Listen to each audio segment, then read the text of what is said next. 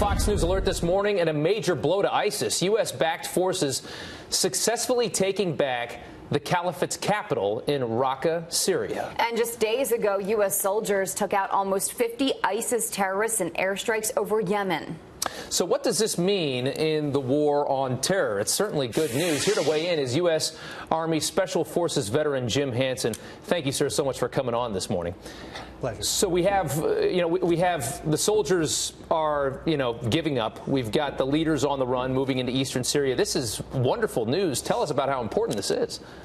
Yeah, it looks like President Trump's focus on actually crushing ISIS worked. And as a guy who wrote a book called Cut Down the Black Flag, a plan to defeat ISIS, I couldn't be happier for it to be obsolete.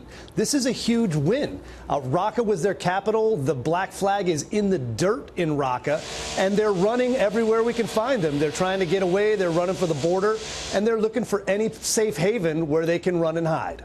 So obviously, as you mentioned, a huge win for President Trump. Fair to say a blow to the image of ISIS, if you will. How do you think they go about other terror tactics at this point now? Well, their caliphate is gone. That was the big thing that ISIS did. They declared a caliphate, they held some ground, and they actually ran their flag up and held territory. That is a huge defeat for their recruiting efforts worldwide. So I think it's a time for them to have to relook at what they actually are about. They are no longer a somewhat nation state, and that's good news for everyone.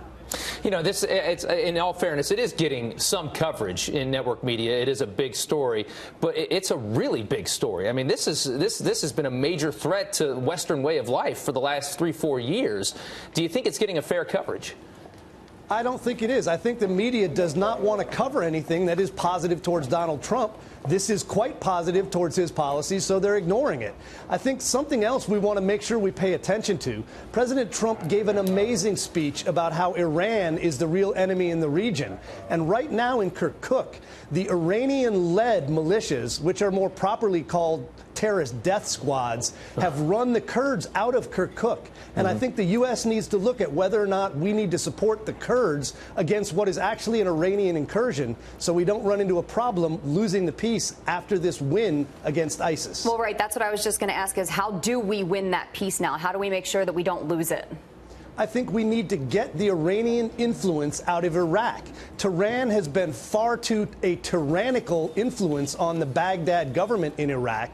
And there are IRGC terrorists who President Trump designated as a terror group in Iraq running these Shia militias that have been slaughtering Sunni civilians and right now are rounding up and torturing Kurds. And that's something that's not going to lead to the peace. The Kurds were our best ally against ISIS. Yeah. We need to stand by them. We got to back the Kurds. They have been awfully good to us over the years.